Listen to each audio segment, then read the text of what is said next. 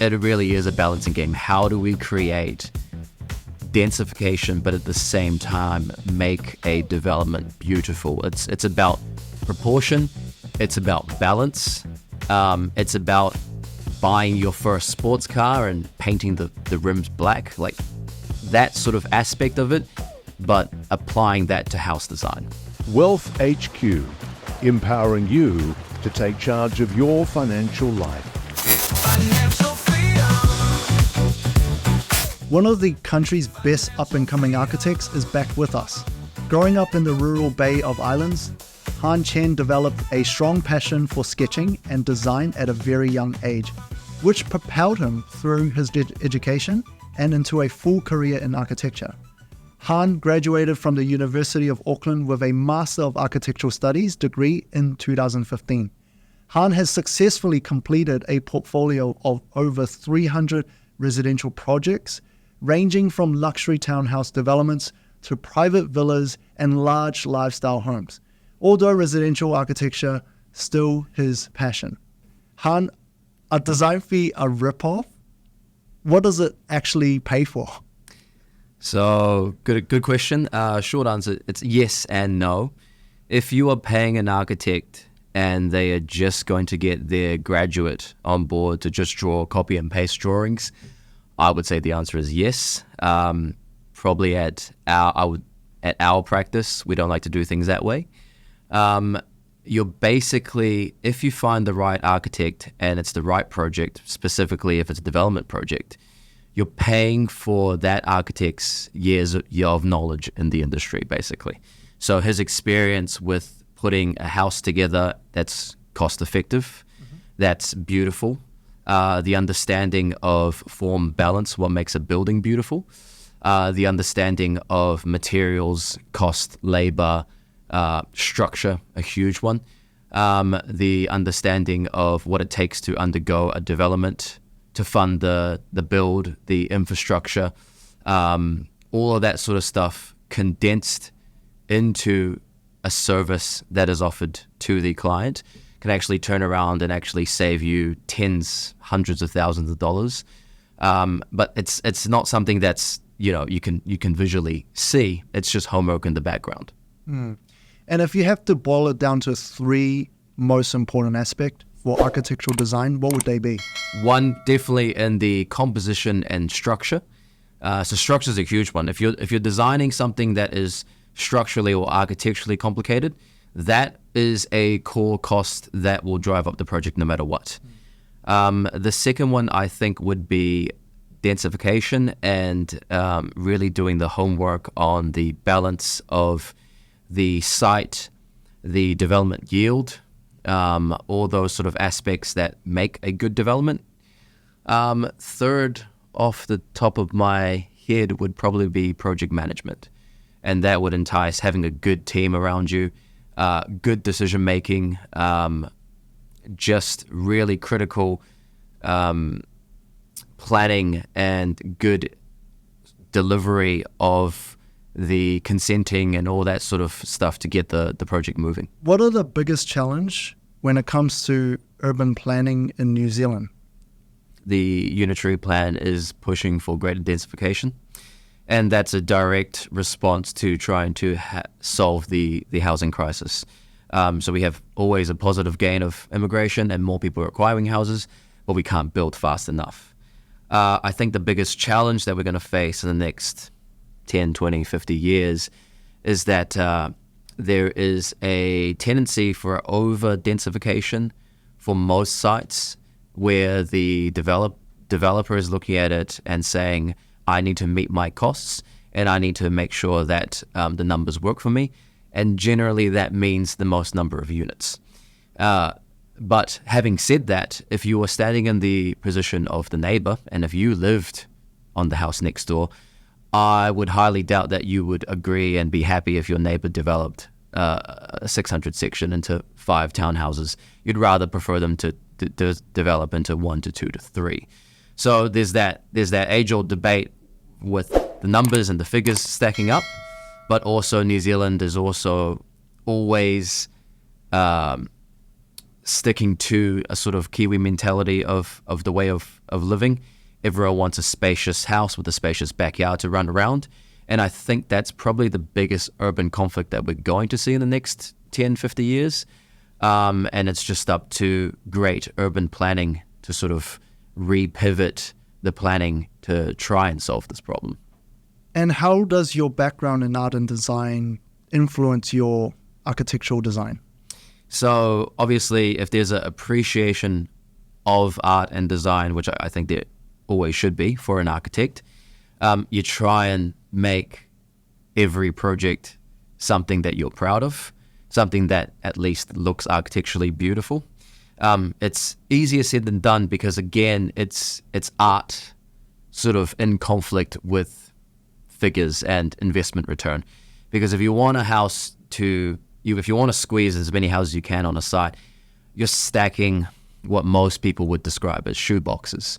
So just one box on top of the other, times it by how many houses that there are. But obviously, even everyday people can tell and drive past a development like that and say, oh, that's not something that I like to see. So we spend a lot of time sort of balancing.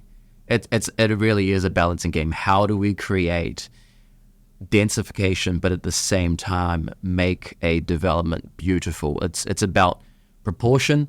It's about balance. It's about buying your first sports car and painting the rims black, like that sort of aspect of it, but applying that to house design. Yeah. Do you take a systematic approach to try and achieve this with clients? Like, how do you make sure you can have that balance? I think the good thing with Shape is that clients already see the portfolio that we do, and they come in with a sort of requirement that they want to do something different. I think that is already a good narrative that's starting to pop up with a lot of developers that we're seeing. And this came from, last year and the year before being one of the worst housing markets in Auckland. There was a lot of supply and very little sales. And the things that were selling and were moving were the ones that were built by developers that cared about their product, put in the quality, put in the time to make sure that, this is something that would stand out amongst the rest. And so the clients, the developers these days, they're slowly getting to grasp of that concept. And so it doesn't take too much convincing from our end. We just show them our previous work, and as long as it meets their cost expectations, they let us go free. Yeah. So coming back to what's profitable right now with architectural design, has it sort of changed in the last 24 months? Like, what are you seeing working well now in the current market?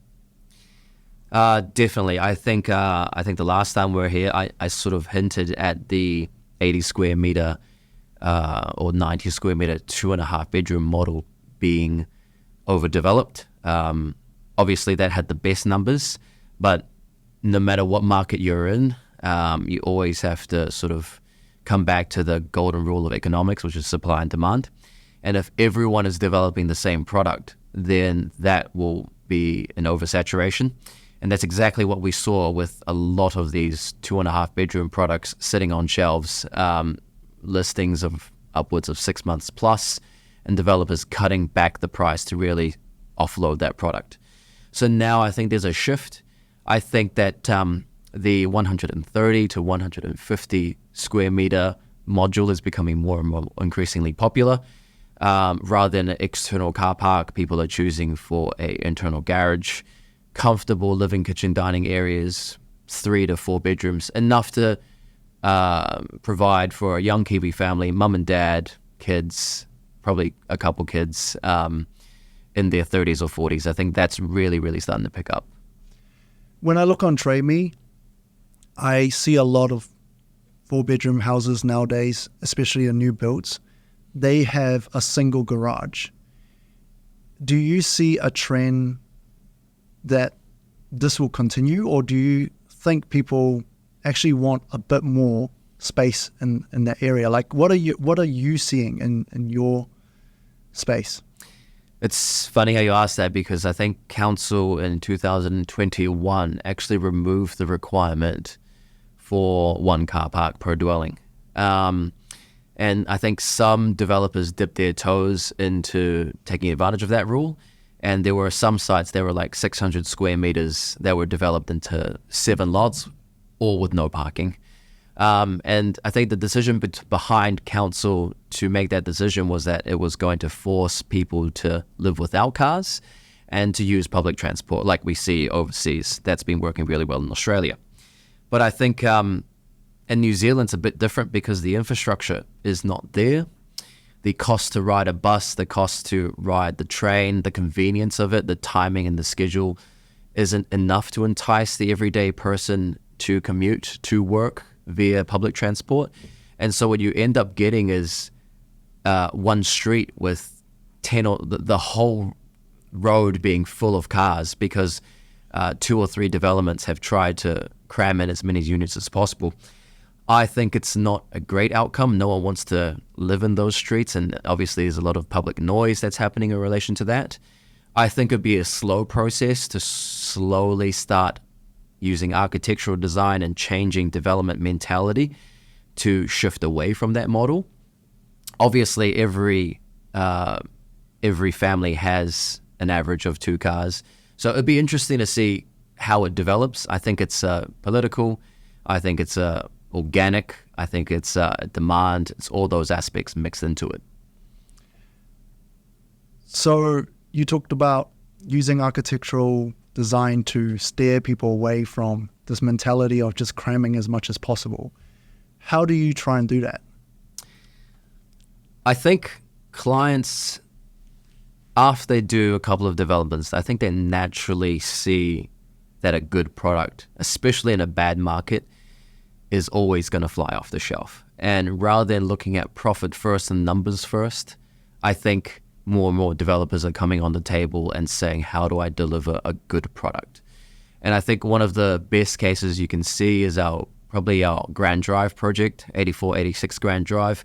That was a development where initially clients came to the table with a plan for high density, 80 square meter townhouses crammed together. But the conversation naturally shifted into standalone, single garage, 150, 160 architecturally designed homes, especially in a market like Remuera where people have the budget to afford it. That went live to the market, I believe, 3 months ago, and within 1 month, in probably the worst market we've seen this year and last year, 7 of the 8 sold. Client's expectation was around 1.6 million. I think average it sold around 1.7. So people aren't stupid. They look and they see what is out there in the market, and obviously if the price makes sense and it works for the developer, but also the purchasers are getting a really, really good product that suits their lifestyle, they'll pull the trigger. So what you're communicating essentially is not just for profit, it's also there is a risk management element to it. I think it's like with any business. If you go profit first in a heated market, you can't go wrong. It's just a machine that constantly churns. But I think Auckland's housing sort of urban fabric is forever organic. It can't be judged through numbers based. There's so many things that influence, we have OCR changing constantly. We have urbanization, developments of the infrastructure forever changing. And I think, like I said, buyers, their sort of stance is constantly changing. Their affordability and their interest rates greatly affect their decision. The mentality that the young generation is coming up with and their demand for better things, and seeing houses all over the world when they travel and they come back, it's a mentality shift for sure. Yeah. Han, which architectural trends are you seeing that's going to impact New Zealand over the next decade?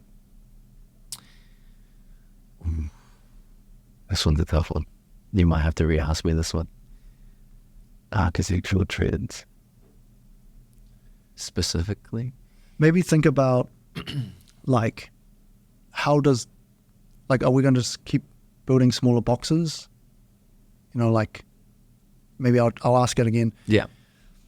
Han, what architectural trends are you seeing that's going to impact us the most over the next 5 to 10 years? I think New Zealand's closest neighbour, if we look over at Australia, is the best sort of future projection that we can see, that we can constantly rely on. I think Australia has pivoted very strongly in that developing a good architectural product is key for developments. If you take the Australian base spec development and you bring it here to Auckland, most people call it high-end. And they've managed to deliver, beautiful architectural homes, but really, really controlled that cost to build. And that comes with, them having much greater supply of materials, access to labor. But that's something that New Zealand, as more and more people come into the property industry, that's something that will also slowly trickle down. And as the market matures, we'll see more general movement towards that trajectory. Awesome. Thanks for your insight, Han. And if you guys found value in today's episode, remember to smash that like button and hit that subscribe. I'll see you guys in the next episode.